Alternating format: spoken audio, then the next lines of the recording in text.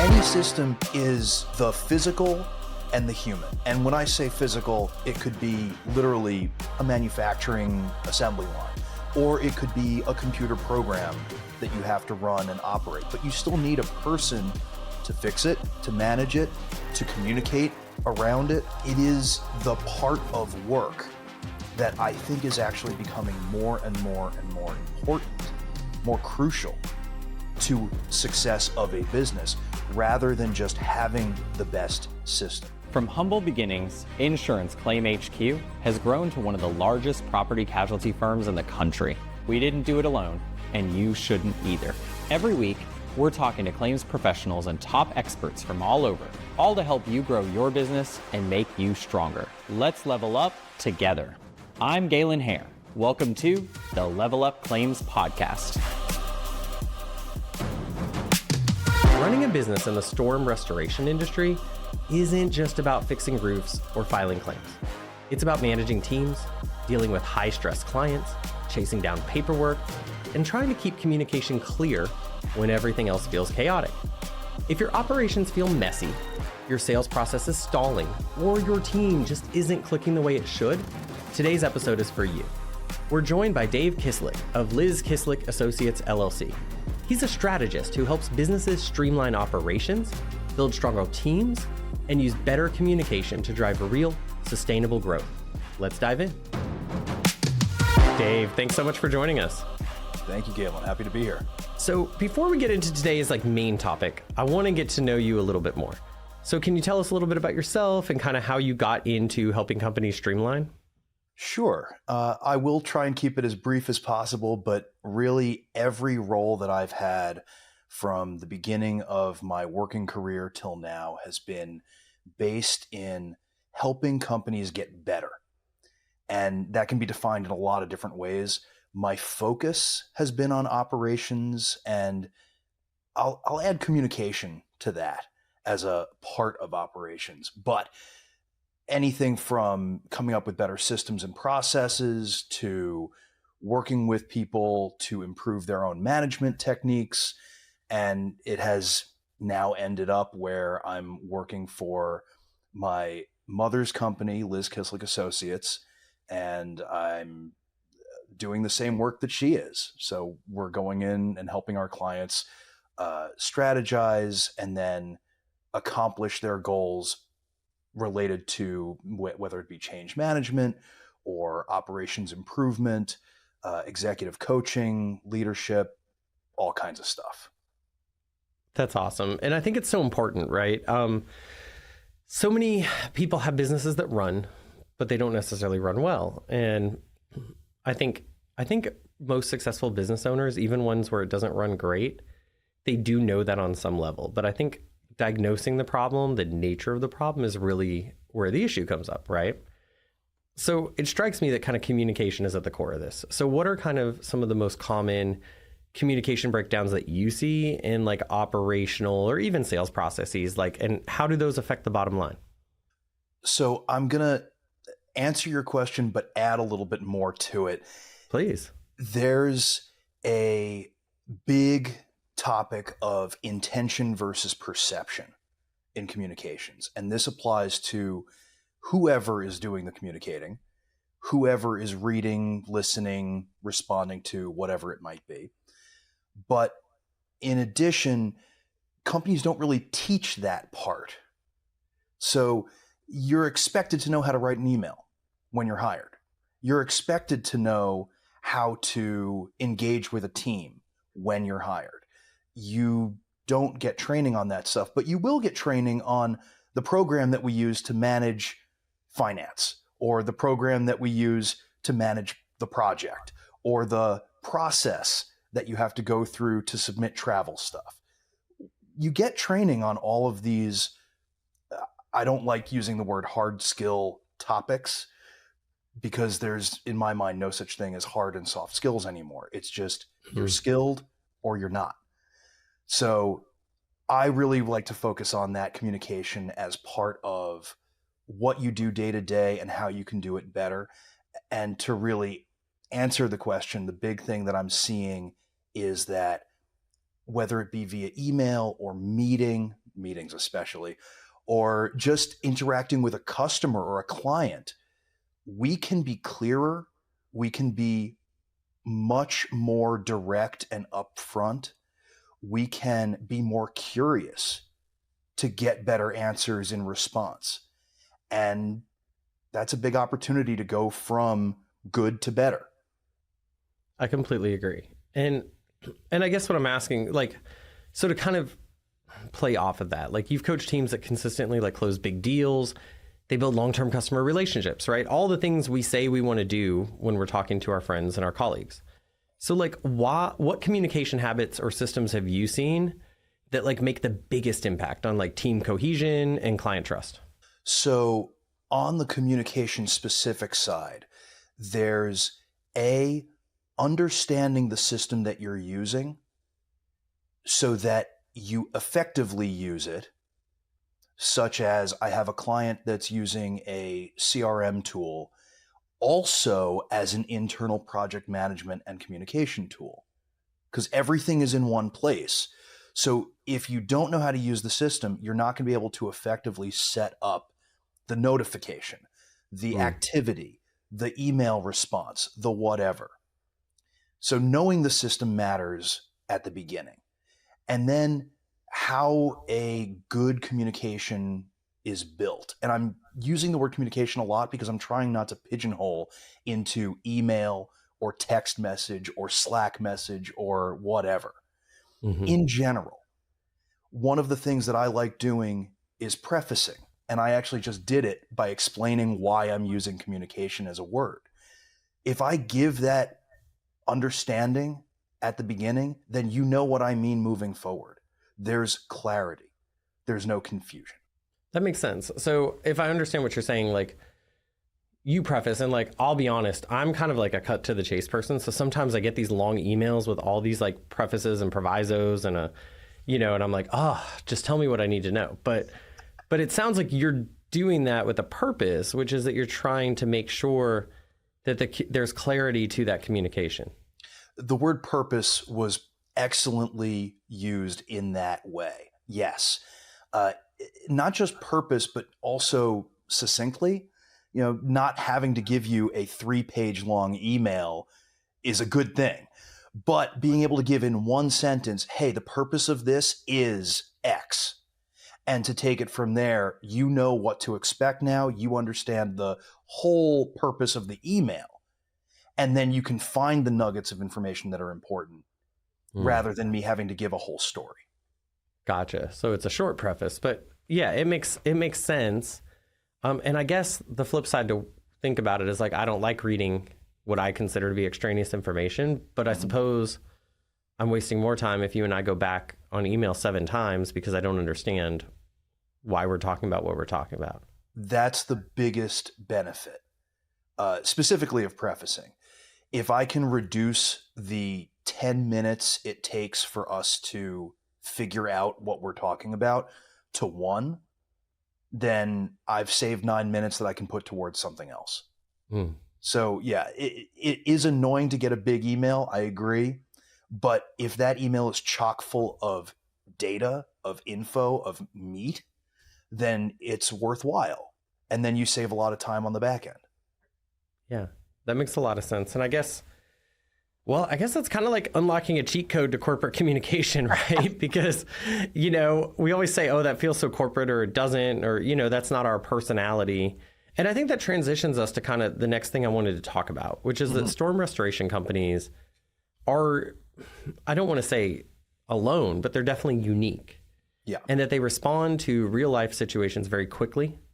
And depending on the gravity of that real life situation, they have to scale up incredibly quickly. So how do we get these people properly trained in communication, and how do we communicate with them in a way that keeps our like workplace culture intact, but also keeps us streamlined? So I'm glad you mentioned workplace culture, because that is the core of this. If you have an entity, whether it be a company or a service or a team, whatever, any entity that preaches and practices the culture it wants to have, and I'm not saying what's good or bad here, I'm not applying value judgment, but just straight up, if you preach and practice that, the people that you bring in will learn that too. Whether or not you're actually spending time saying, hey, this is what we care about, this is what we do. They'll see it in the actions and the reactions and the communications within. Now, aside from the culture aspect, the best way to get people up to speed quickly is say, this is important. I'm going to show you what this is. And I'm also going to be curious about how you learn. That's another aspect that a lot of companies, I think, skip on, is looking at the employee and saying, are you a visual learner? Are you a one-on-one learner? Are you give me a set of instructions and I'll figure it out learner? Having the ability to adapt to the employee also makes them feel like they're part of it, that they're valued. And that gets you better retention of the information. They're more willing to adapt and adopt. That makes sense to me. It's kind of interesting, right? Because I'm thinking about this as you're answering in the context of like a hurricane or a wildfire and a company just like spinning up real quick and going out there, right? So sounds like you kind of got two options. And look, one of those I'm sure is not palatable in your field, right? But option one is to figure out how they learn and then train them in that way so they actually retain the information. Option two, which is probably not as palatable, it doesn't sound as good, but I guess in a disaster zone where you can't really tailor three different types of trainings, right, is to figure out how people do learn and hire the ones that learn that are going to be compatible with what you've got in place, right? Because a lot of them are just getting dropped in. Galen. I'm cutting you right off. Forget that for a moment. Go back to the prior and alter it slightly. It's actually about the pre-work. It's not about doing this in the moment when the emergency happens. Because when disaster strikes, you have to react instantly. You have to, like you said, you have to be able to scale up immediately. So you need these systems and processes in place. You have to have them built up and ready to go. And another example is when my mother helped another client of ours, they were not prepared for COVID, but they were talking about it before COVID even happened. It was just a question of, what if we all have to go remote? How are you going to handle that? Oh, we don't have anything in place. They actually created a whole remote system so that laptops were engaged. People had instructions of how to clock in and track their work. Communication was set up. And then COVID actually happened. And they were seamless transition right into working. That's the pre-work. So in the same way, a disaster company, especially a disaster company, because it is based on reacting to a live situation, must have this stuff in place. You should have a manual. You should have a video-based training. You should have a trainer available for whoever comes in. And then you can just have that 2-minute prefacing conversation. How do you learn best? You learn best with a manual? Great. Here's the PDF. Get to it. We need you up and running in 2 days. And you cut that time down. You don't have to spend time figuring things out if you already have these plans in place. And for a lot of these systems and pre-work stuff, it's just a one-time cost to create it. You don't have to continually change unless regulations change, unless there's new practices, best practices. So you're updating with the times, which you'd have to do anyway. That makes a lot of sense. And it's kind of it's definitely an interesting concept, right? Because I think there's so many coaches and things out there that kind of teach you, like, you get your process and your process goes and like it never stops. But the COVID example is great, because so I was at another firm prior to this during COVID, and I basically owned half of that firm. But we were very, I'd call it siloed, like we had our own teams. So our half of the firm, well, it worked out well in this occasion because our half of the firm had a disaster plan. They had a remote work plan. So when COVID happened, we just kind of took our disaster plan and said, the city said we have to work from home. So go work from home, treat it just like a disaster. Like, you've got all the software, you've got all the hardware, you've got all the tools. Like, we understand you have a unique situation and that there is no school or childcare for the foreseeable future. So you have to deal with that, but we'll figure that out time-wise, just go forth and conquer. And revenue for us went up Every single employee, I think this is true. I'm trying to think to double check. Yes, it's true. Every single employee that was with us then is with us now at the new firm. Now the other half of the firm had no plans in place. And in fact, I think at one point they just didn't even go remote even after the city ordered it because they just had no ability to. Oh, wow. They were like, we can't lose money, right? And of all of them, I think only one staff member that was there is still with them today. Several of them actually are with us now. But yeah, I mean, they all left. None of them were happy. They were miserable. One of them quit during COVID because they were mad about the situation. And it was so interesting, like how at the same company, just because we had different like pre-work, I think is what you called it, done, we had drastically different results. And it's amazing how you mentioned your revenue went up in your silo versus very much down in the other. And it's such a classic business owner, board, C-suite problem to say, I don't want to spend money on this because I don't know when it's going to apply. But the second it does apply, it makes a huge difference. And you either weather the storm or you don't, to use a phrase that applies to this industry. And there are more storms happening all the time. So having that set up is actually an investment in your company's future rather than having to react in the moment. I love it. And it really does. It makes so much sense. And it's so human based, which I guess that's one of the things is we talk a lot. We've talked a lot on this podcast. I talk a lot with people about streamlining and what that means. And usually what they talk to me about is a piece of tech or a process. But you talk a lot about people. Oh my God. Well, it's the other part of a system. Any system is the physical and the human. And when I say physical, it could be literally a manufacturing assembly line, or it could be a computer program that you have to run and operate. But you still need a person to fix it, to manage it, to communicate around it. It is the part of work that I think is actually becoming more and more and more important, more crucial to success of a business rather than just having the best system. Because you can put computer programs and software and processes in place, even human processes of what thing to do after the other thing. If people don't do it, the work doesn't get done. So how do we ensure that those people are following those processes we put in place? Like, again, through communication, like we've obviously talked with other guests and stuff about discipline and leadership, but what's your approach to this? Because you're coming into these companies and you're putting in new things and you're doing this in a humanistic way. So how do you make sure the humans buy in?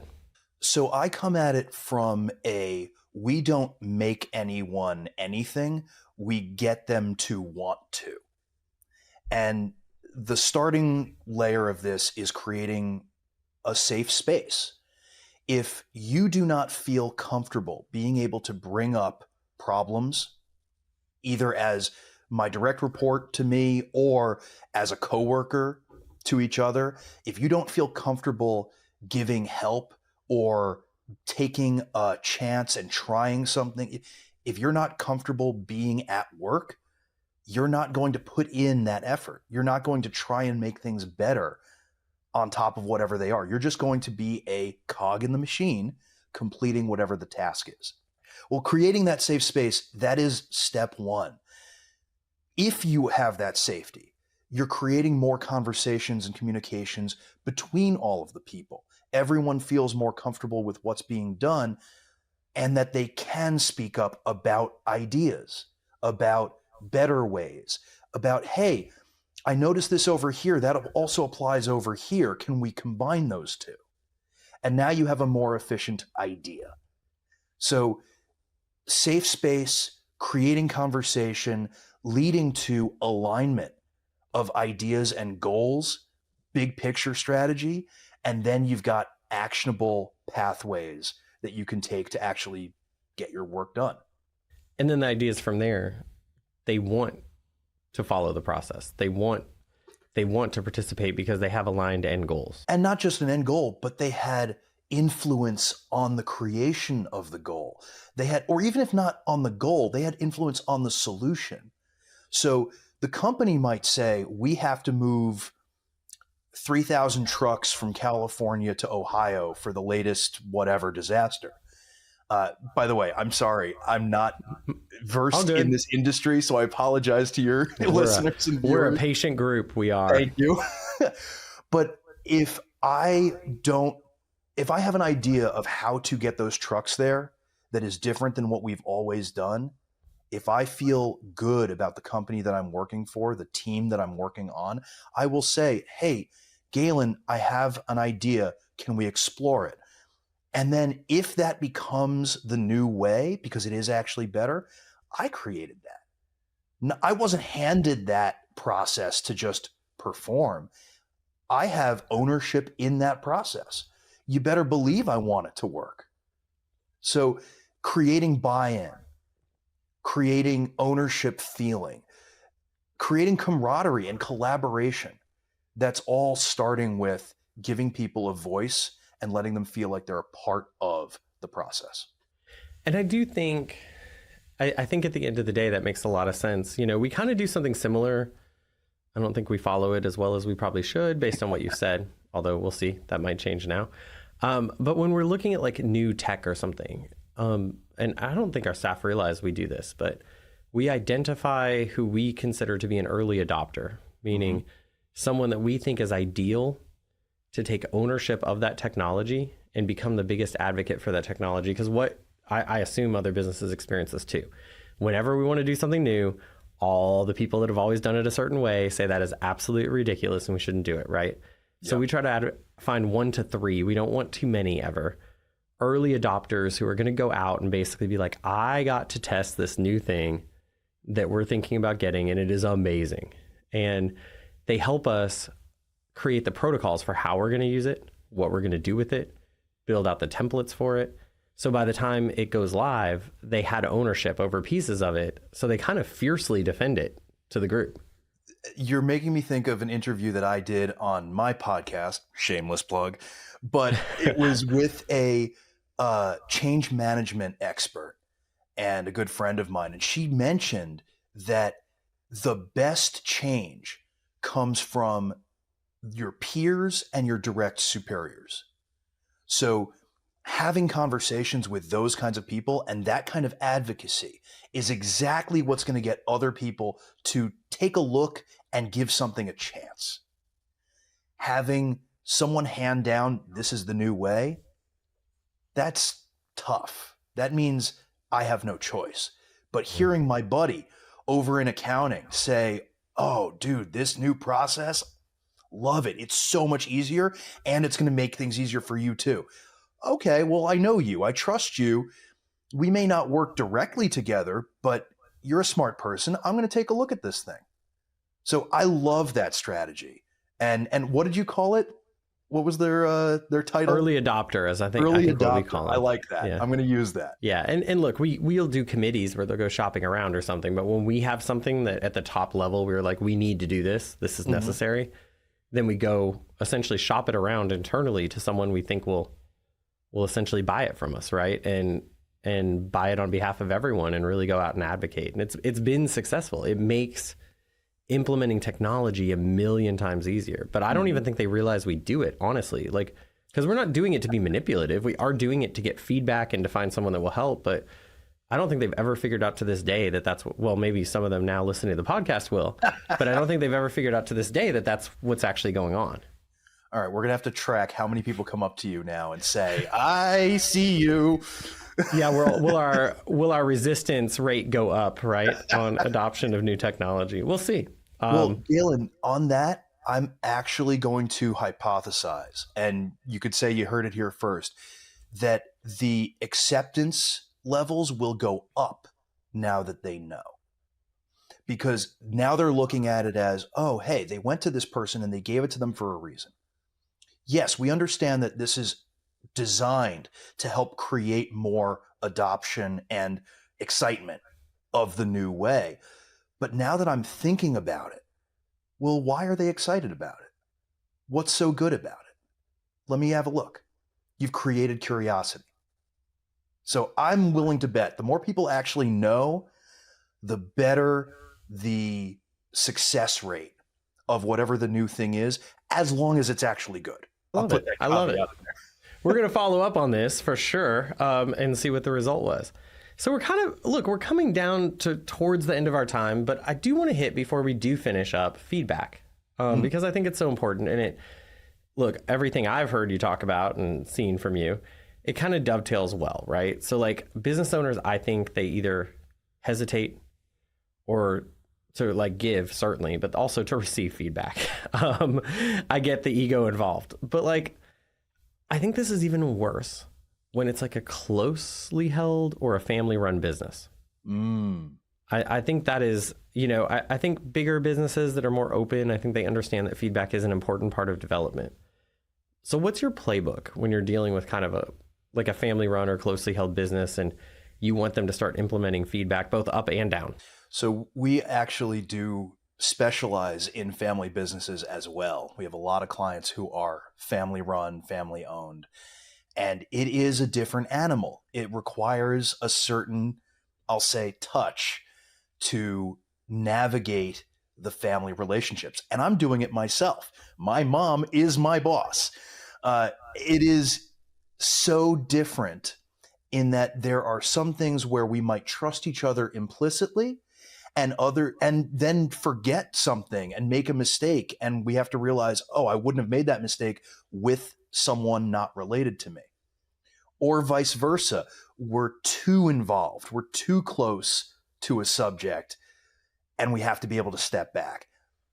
The biggest general thing, because this is a short podcast interview, I'm not going to be able to give you nitty gritty takeaways. But the biggest thing is recognizing that at the end of the day, you're working towards the same goals. Or are you? That's a conversation. If you're working towards the same goals, then you're on the same team. And if you're on the same team, there's nothing you can't overcome as an interpersonal issue if you're both willing to work at it. That's a big factor. We've turned away potential clients who are not willing to look at themselves and how they can improve their own self-mastery, to be able to take feedback, to be able to work on those communication skills.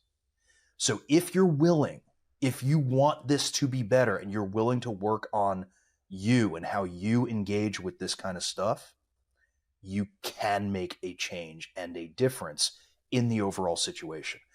And most people want it to go well. There's very few people out there who are actually like, I want this company to fail, even though I work for them and get a paycheck every week or two. I think some of us feel like that every once in a while, but not regularly. And it's usually an issue of, I'm going back to intention versus perception. How you are perceived is in many cases more important than what you intended with that communication. So it's a big, big, big topic that has 100 layers or more, but it comes back down to wanting, creating a safe space so that you can begin the work, and understanding that we're working towards the goal together. So for those of you sitting at home that have enjoyed which should be all of you that have enjoyed what Dave shared, it goes a lot deeper. And obviously you can hire Dave to help you come into your company, but if you're not ready for that level of commitment, there's a much cheaper /free option, which is check out Fix It to Grow It, which is his podcast. Again, I share with you guys things that I do from time to time. And one of the things I do is check out his podcast to see what's going on, because it's great advice. And as he alluded to, there's some fantastic conversations happening there. So definitely check that out. Dave, you can't go yet though. Before you leave, I have to ask you, what does it mean to you to level up? I love the broadness of this question because I think broadly. It could apply to getting your child to try a new food. You've leveled up as a parent because you were able to help them through this moment. It could be bringing in a new client and saying, that's a level up because I brought in business and I made progress for my company. It could be making it through 30 days of your new exercise regimen and creating a habit. I love when you can look at anything that you have done today, yesterday, tomorrow, whenever, and say, I did this thing. There's so many things in that category. You just have to look at them that way. Perspective change. Instead of saying, oh my God, this is going to be a rough day. You know what? I have challenges to overcome today. And at the end of the day, I'm going to look back and say, I did the work. I got through it. And in fact, I did a pretty darn good job. That's a level up. I could not agree more. Dave, thank you so much. You've been so generous with your time, and we appreciate you coming on the show. Happy to be here. So thank you very much for inviting me. I'd like to thank Dave Kislik for joining us on the show. So many interesting pieces of insight. But one of the things I thought was really interesting, kind of coming from just a guy that does business development and business streamlining, being Dave, was this discussion about a safe space. I think we tend to make this kind of like a liberal hippie concept, and we tend to shy away from it. But what it really means, and what Dave's really preaching, is make sure your employees and your team members feel like they can share their feedback so they get fully aligned with your goals and help you accomplish what you're really trying to do. And that is the secret to streamlining. Follow us on Apple, Spotify, or your favorite podcast player.